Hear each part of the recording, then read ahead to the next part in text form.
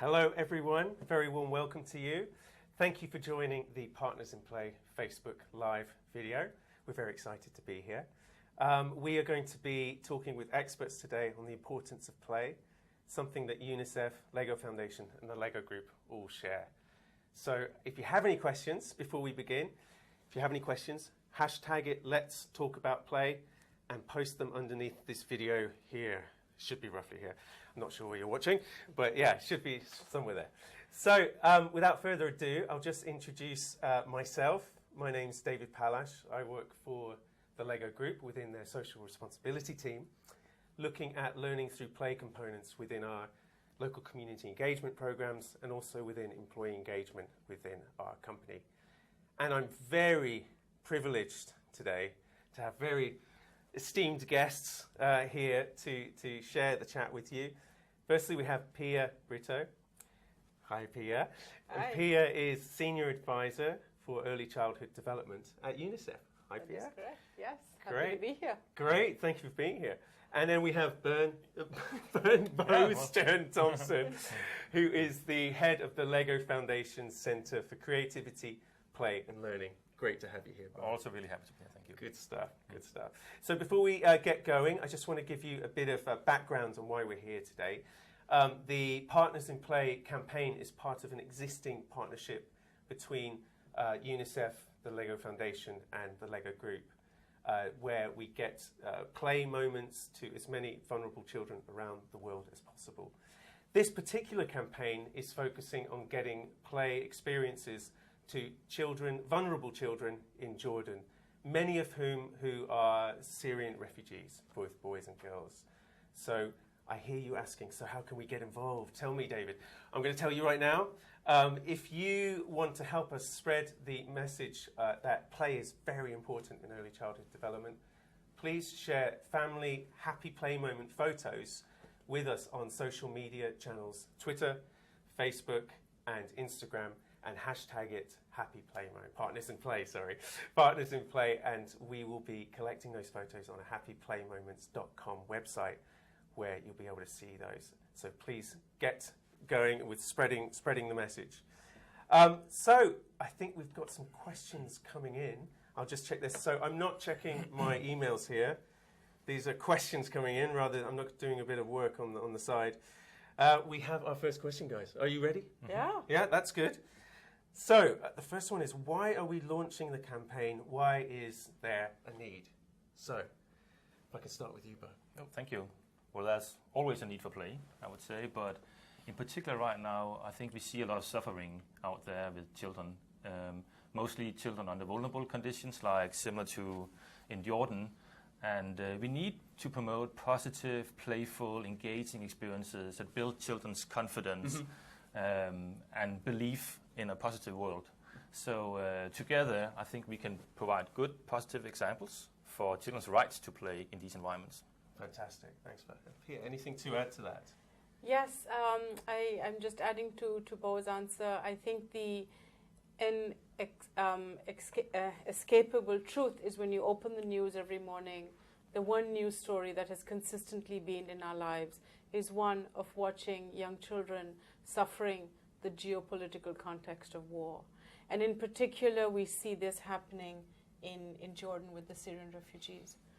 So Partners in Play is really to bring the message that play is for everyone. It's for every child. Absolutely. And why differentiate when a child is going through so much trauma? In fact, they need it even more. So Partners in Play is set up to bring that basic right to play to every child around the world. Fantastic. And everyone out there can help become a partner in play by sharing their happy play moment family photos. Look forward to seeing some of those come in. Right, we have another question coming in. What will be donated and where will it be donated to? So who would like to take that one? Well, I can start. So Yeah. So of course, a critical part of this is play materials. So obviously, play materials like Lego materials to get stimulation in the hands of children. So that allow not only the materials, but also training to educators and practitioners in Jordan to bring it in the hands of children who have literally nothing. Wow. And I think it's interesting in these conditions, basically for many of these children, they walk through life and the world is literally falling apart. and they have not many opportunities to play and don't have the right support. So play materials and practitioner support for 73,000 children. Fantastic. And for around 365 ECD centers in collaboration with UNICEF. Amazing, amazing. That sounds like quite a reach. And sorry, go ahead. No, I was just going to add, actually, having visited some of these centers, the Makani centers in Amman, just to make this a bit more real for all of you who've joined us, these are incredible, safe spaces for children. They're sort of low-cost alternative places where children can go to play, learn life skills. And it's really quite beautiful to visit these centers, and I went to them, and to see young children come together in a room, singing nursery rhymes, dancing with their teacher, and it's beautiful to see them in that moment being a child, and in that moment enjoying what childhood is all about, and forgetting that sort of, as you said, the world around them is falling apart. It's also beautiful in the centers to see the supports that parents have, because as parents, we're not in this alone. We all want to raise our children well, but we need support for that. Absolutely. So it's great in these centers to see the support they have, to see the youth, the adolescents, and what you see them do is get together, problem solve, think of ideas, be creative, and so all of this is beautiful in these little havens in these Makani centers. So I wanted to share that with the viewers so you can almost sort of imagine what is it we're talking about and what is it we want to do. Fantastic. Brilliant. And I guess people out there probably want to know exactly what we're donating, and a question's just come in. We are donating Lego Duplo bricks. Is that right? That's correct? Yes. Yeah. And they'll be going to the UNICEF country offices pretty much straight away from now, and being distributed to those 360. Yeah, and I think there's also an activity catalog, for instance, following with the bricks. So practitioners are supported in activities they can play with the children, support social, emotional, cognitive benefits also. So it's because like materials, not only Lego bricks, but a range of materials basically provide this social, emotional, cognitive support for children. But of course you need some support. What can you do with it? What kind of group, and how do you create such activities? Fantastic. And we're also, for the happyplaymoments.com, for that campaign, the Partners in Play campaign, we're also, we've got a Lego Duplo kit with some inspiring activities, so you can check that out. Good. Right. We have got questions coming in. How exciting. Why is play important for a child's development? Well, that's a very important question. Pia, can I direct that one to you to start with? Yeah, sure. Okay. It's play for a child is as essential as the air they breathe, the food they eat. It's just part of who they are. And for children, if you notice, the way they learn, the way they engage, the way they interact, from the littlest babies, when they start making eye contact with the adult, and then they smile and they look for your reaction if you smile, that's all the starting of play. And that is really how children learn. And all those exuberance of connections of brain cells that happen in these first years of life to the rate of almost 1,000 per second. Wow. And even Twitter feed is not that fast enough. That exuberance happens with this playful engagement. Yeah. It happens with that responsivity when there's an infant and the parent, or even kids playing with each other. So play is so much part of how children are, what they learn and what they become. So important. And Bo, to add to that, how does it affect the cognitive abilities of a child? Well, I think as Pia mentioned, like literally the early childhood is your best opportunity right now. Really, the neurons are there, the connections are built, but it's built based on positive, playful, stimulating experiences. So when children do things, it basically circuits the brain based on how they learn for the rest of their lives. So they're naturally curious, they're experimenting, they're trying things out. When you support that, that defines how they think. So it basically, any kind of experience you do defines how they're going to think for the rest of their lives. And if you're going to engage them in social experience, activities, sharing things, negotiating, collaborating, that's how they learn to socialize. Not only with other children, but also with adults. They build confidence in making things and building things. They understand the world around them. But also keeping attention to things. like keeping attention and solving things and problem solving and so forth, is key part of experimenting and being playful. Absolutely. It's all those 21st century skills that That's children for that just one. need so much these days. Yeah, fantastic. I think we've got another one coming through. Let's have a look. This is very exciting. I know. I wish work was so exciting what's every day. Yeah, it's, what's your question? here it comes. Here it comes. Okay. Oh, we've got a question from Karen. Hi, Karen. Thanks for joining us. At what age should you start introducing play, and do you have any top tips on how to encourage their imagination? Wow. So, who would like to take that one on first? Well, imagination is crucial, of course, for our work. And there are two key things about imagination. So, pretending that things are different than they are. That's really where imagination is most important. So usually we think about imagination as coming up with alternative ideas for when we build a spaceship and transform it into a house or whatever. But it's also impossible for children's coping mechanisms. So children who are under severe, vulnerable conditions, to imagine that things could be different. Absolutely. So imagination is key for us, not only for coming up with new ideas, but imagining that actually the world could look different. I could be doing something different in a world that is very constrained. And doing that is coming up with stories, like helping children imagine different stories, build, express them, and give children a lot of different materials to express their ideas and tools and stories. Fantastic. And providing those materials and tools really helps them build that routine and that ability to deal with the stress that they're facing. Exactly. Yeah. And talk about it and share with others. And fantastic. Brilliant. Thanks, Mark. Anything to add? It's never too early to start playing. You start playing with babies at birth because kids just have the ability to understand what's going on. And even though when they're really, really tiny and newborns and they just sort of look at you and you think, nothing's going on. I'll wait till they respond and then I'll start playing. Don't wait. Because while they're looking at you in that way, there is so much going on within their minds, within their brains that they actually are learning from you. So it's never too early to start playing. It's never too early to That's start a good playing. message to take. Yes. Brilliant. We've got another question from Isa. Hi, Isa. Or Isa. Apologies if I got that wrong. How does play affect a child's cognitive abilities? We talked about that earlier, but as we mentioned earlier, it's incredibly important and impacts them greatly. Yeah.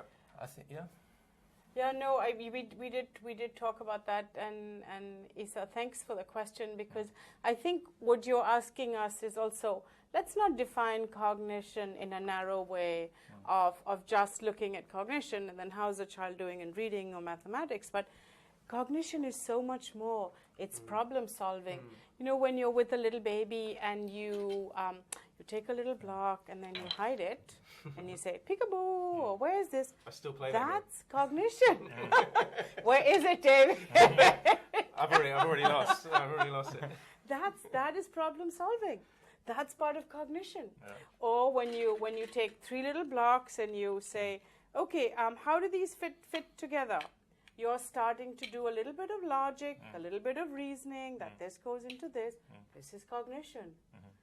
All of these skills come together in that big bucket of being able to function. And that's cognition. And that's what play does. And so thank you for your question, because I think you're having us sort of expand on this answer and demonstrate Absolutely. more. Exactly, Absolutely. yeah. No, I think exactly what we're looking at also, and how to expand children's opportunities to keep attention and problem solve. But also, I think even if you think about cognition as also beginning to be educated, language, literacy, numeracy, and so forth, like even basic things like sizes and quantities and heights and length and so forth, are basic mathematical concepts that come through playing and expressing and talking about numbers and sizes. Language abilities, of course, when you talk about what you play with, what is the role of the little figure, what are the symbols you're making? I have no idea if this is a kind of person or an adult or a child, or this is a dog or a cat or whatever. But when you express these symbols and try to figure out what they are the pre-literacy skills and language skills that are so crucial for young children and increasingly into education.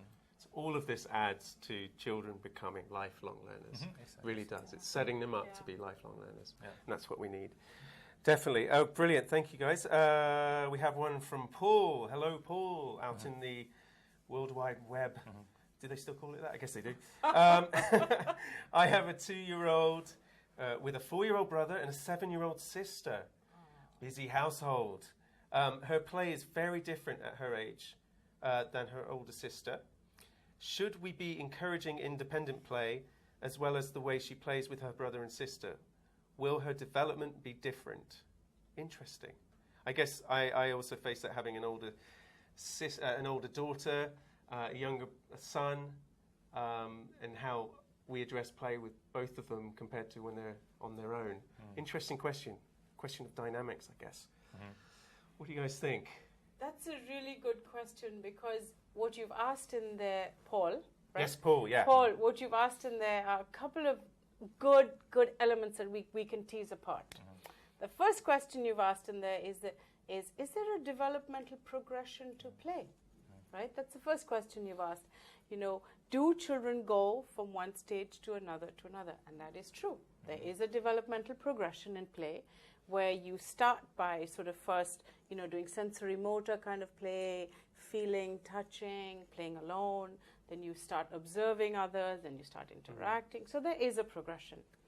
But the other question you've also asked is, how does play build relationships?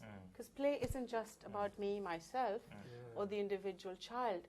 And the second part of your question is, so what are your kids learning about each other when they play?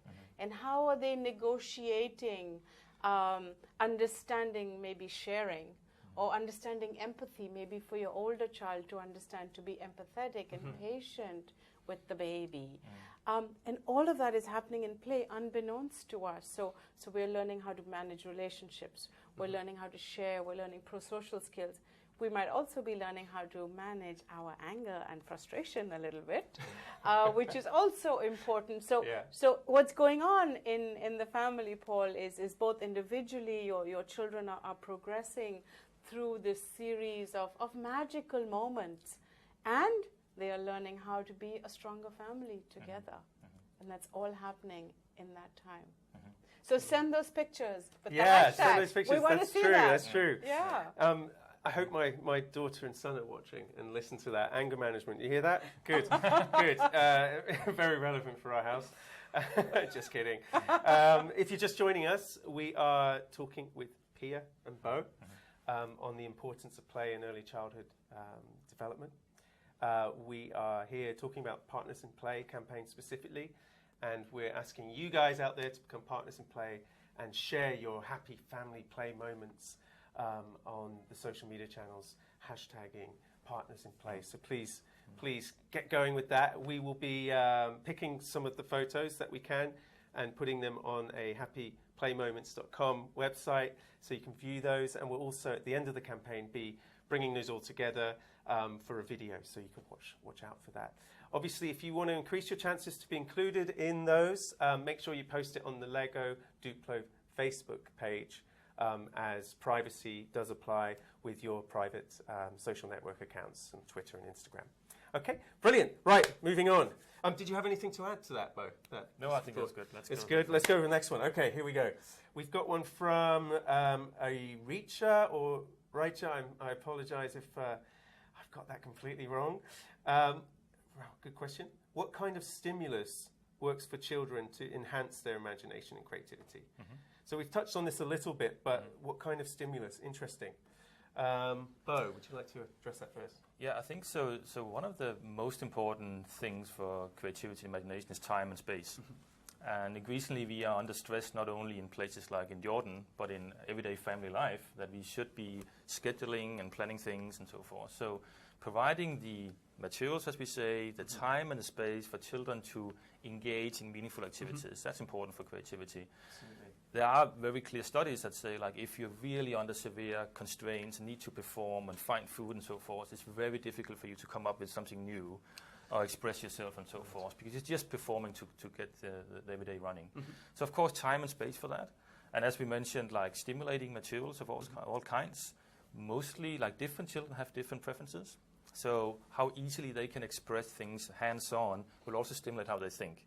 So the opportunity for them to express and build and draw and paint and so forth and dance and sing is something that come up with ideas and help you formulate new ideas in imagination. So that's a combination we find very interesting. Fantastic, fantastic. Thank you. Anything to add?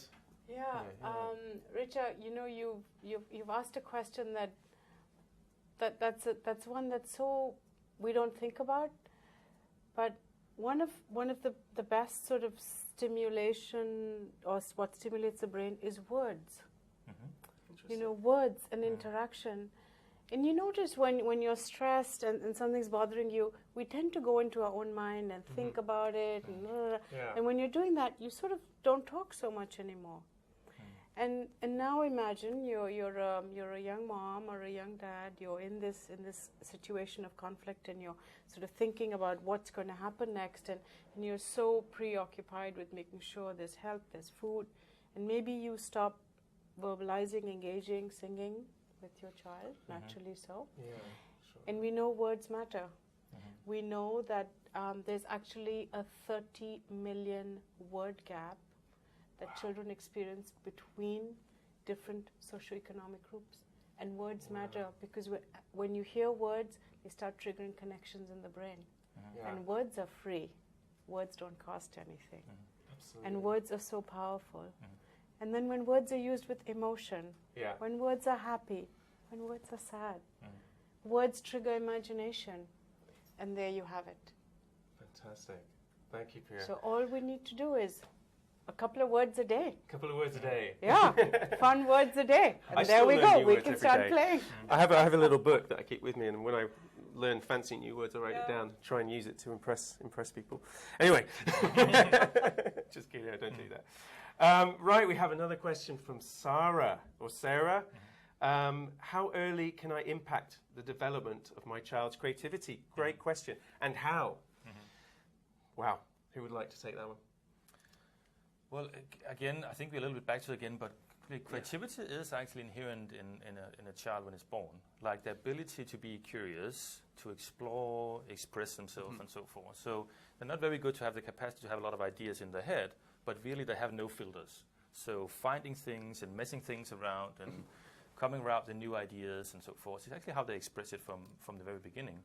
And of course, they like to see role models as adults also doing that. Like role models as adults who actually are able to take risk and be fun and silly sometimes, and being allowed that you can mess around in your wardrobe or change the plans and so forth. So creativity on the one hand is coming up with ideas, but it's just a mode of expression that allows you to understand the world better. So for instance, again, the vulnerable children here, for them to understand, they are literally building the environment they're in. They're negotiating how it looks like, the relationship to the father and the mother and so forth. So very early on, physical movement around exploration leads to you better able to find things and be inspired by things in your environment. And slowly you begin to manipulate objects to think about problem solving and new ideas. So creativity inherently in how we express and do things, just gradually build that inspiration and amount of materials. Yeah. Great, thank you so much, Bo. And maybe to add to what Bo said, because what Bo's saying is kids are inherently curious. So to enhance creativity, we don't have to build classrooms at home. It's just the naturally occurring interactions we have with children that foster creativity, just being more cognizant of them. So, you know, you're in the kitchen, you're preparing a meal. It just means taking out different shapes of spoons or different cups and having sort of just engaging with that. Or you're sort of, you know, it doesn't mean that we have to go and specifically purchase creativity package from a store. It just means whatever we do with children, we just become more aware and we engage with the child and are responsive because, as you said, they're inherently curious. So they will be asking us questions and they'll be wanting to do things differently. And we just respond to that. We're more responsive and we encourage that. And there you go. You start to build that moment. Fantastic. Thank you so much, both of you. We've got about 5 minutes to go. So if you want to ask any questions, be sure to post them below the video and hashtag it Let's Talk About Play. We do have a question from James here. Hello, James, wherever you may be. I hope it's not my brother. My brother's name is James. No, it's not. It's spelled correctly. Just kidding. Okay, so play is often lost in the process of becoming a responsible adult. How do we incorporate play and curiosity into an adult world? Great question. This is right up my street, but I won't answer it. Would you guys like to have a go at that? No, I would say that's a great question. That's something we have to do. Like, if you look at the studies, longitudinal studies that follow children from early on until adults, the basic skills that you are making you a successful adult are when you are negotiating, you're collaborating, you are taking risks, you are being able to find out new ideas to solve things in your workplace. So actually, as an adult, that ability to be playful is starting from early on, but it's something we really need to be successful in education or in the workplace. So you have to be a role model for that. And I'm basically learning from my own children. That's how I do it. Absolutely, like I look at how the ideas they come up, the things they perceive amazing nuances in the everyday they're in. And then we just try to do things like try to invent a new way of walking from the living room to the bedroom. So just trying to embed new kind of activities. We'll try that later. Yeah, and every third day we have to invent a new story at bedtime instead of reading the ones that are in there. Trying to take the risk of coming up with something new. So adults certainly need to be role models for that mindset. And see that as openness for that experimentation. Yeah. It's true. You're right, James. I think as adults, we lose our capacity to play. It's a bit of a travesty, actually, that we sort of so focus on observing play, and we think, that's so childish. But we forget that behind all those actions, there's a lot of really good thinking going on. Absolutely. And we lose that, and I think for parents as well, sometimes there's a lot of pressure on us to always play with your child and do things this way and do things, and I think we should let that go and just let sort of our inner self of wanting to be comfortable with our children, and as you said, maybe follow their lead, and then it'll start to emerge, and maybe all workplaces have toys. I don't know. We need to play breaks or something. We do. We certainly do. I'm a big advocate of that. I think I love being silly in front of my kids. Love it, and I think they'll agree with that. And just showing them it's okay. It's okay for adults to let their guard down and be fun and creative, and do something sillier than that way they would do. Yeah, really important. Thank you, guys. Thank you. So we got time for a couple more. Clementine, maybe the last question, or we'll keep going for a couple more minutes. Clementine, where is a good place to find ideas for play that will stimulate learning? Sometimes it's hard to find inspiration. Great, thank you for that. Thank you for that question, Clementine. Bo, any ideas there? Certainly. So we are really proud to have some really, really good partners. Like UNICEF also have play materials also available, and maybe Pia can talk a bit about that too. We find a lot of inspiration at MIT Media Lab. So a research institution, we can go find digital technologies and apps and examples of materials that you do and can use for activities. We also have materials on our own website, like similar to different things you can do with LEGO bricks and activities you can transform from bricks to other activities. How a developing child is looking at specifically early childhood, what kind of activities supports children's learning. There's a new great book out there on Kathy Hurst-Pasek on building also thriving children and so forth.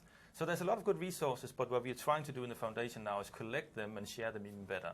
So stay tuned for that. That's what you're heavily involved in. Yes. Brilliant. Thanks, Bo.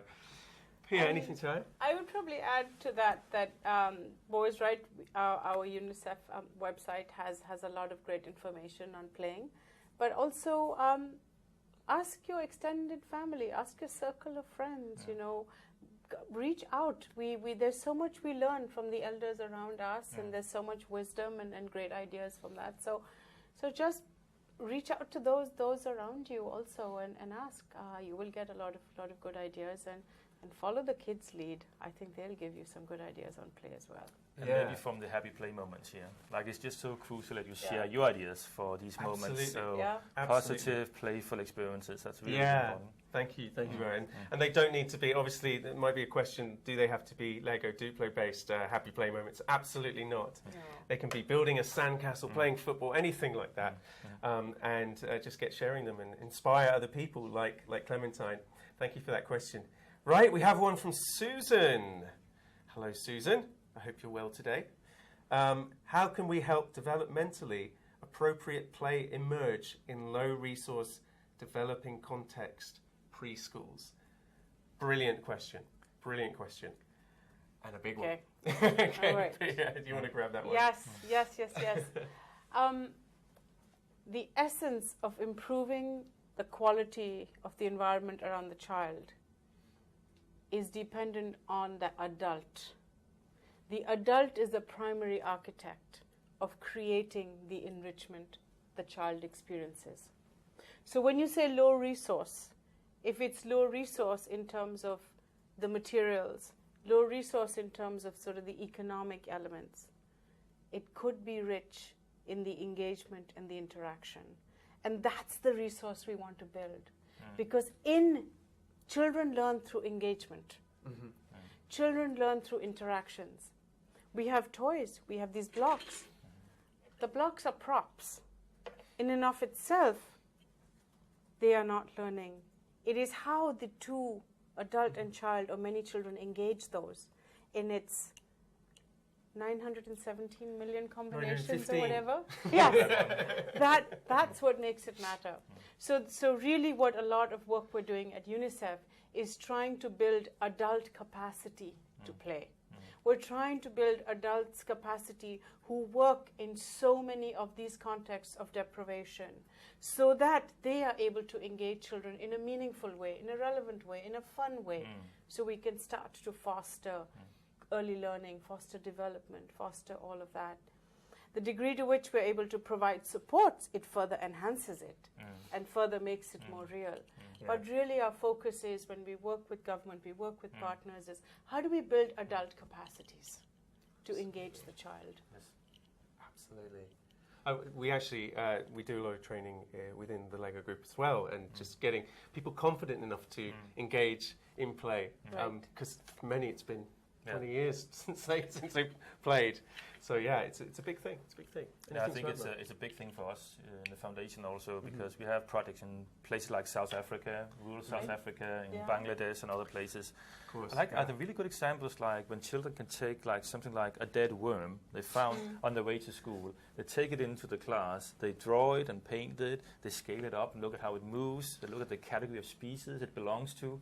So actually that exploration of what children find out there under the tree on the way to school, they can turn into a learning experience with the right adult support. So that kind of supporting that curiosity, knowing what to look for, actually can make materials in the everyday environment into these kind of playful learning experiences.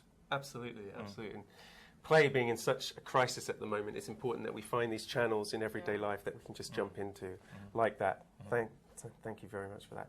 Okay, we have one more question. We'll get back to all of you who we didn't manage to get to during the broadcast soon. One from Phil. Okay, hi Phil. Hope you're very well today, wherever you're sitting, whichever continent it may be. How many bricks do I need to create an engaging activity with my kids? Are there any good tips or websites for this? Wow, I think that's one for Bo. Yeah. You may have something to add though.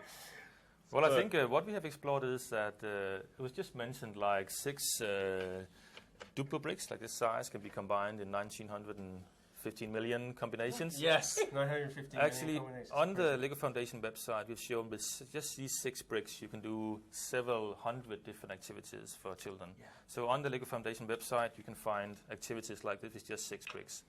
I think that's a starting point. Like, obviously, any child will have different interests, like different kind of themes or different kind of complexity in building either robotics or stories and so forth. So I think one of the critical things for any kind of stimulating material is that you can have a low floor. So a lot of opportunities based on your interest or based on the complexity and so forth. So you have to lead by the children's interest and then dive into what kind of themes that interest them.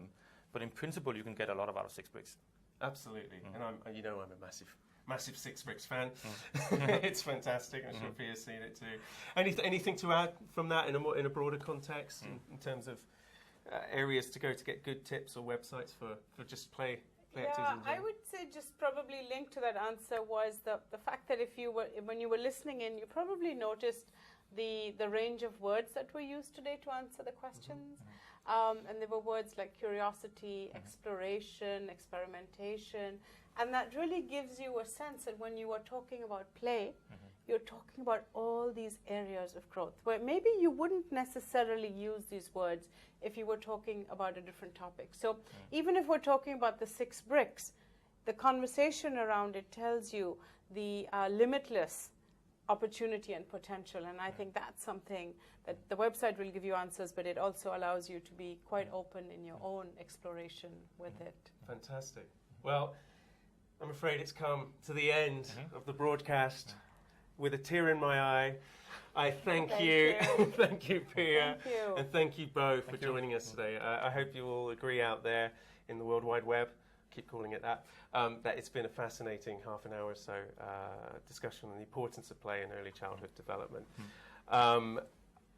Get out there, share your photos, become partners in play with us, support the campaign. We'll be getting the outcomes of the program in Jordan over to you probably early spring 2017, so keep an eye out for that and the impacts around that. So once again, thank you to our lovely guests. Thank you. And thank you to you. Yes. Get sharing, and we'll see you soon. All the best. Thanks. Bye. Thank you. Thank you. Great. Yeah, Thank you great. so much. Yes.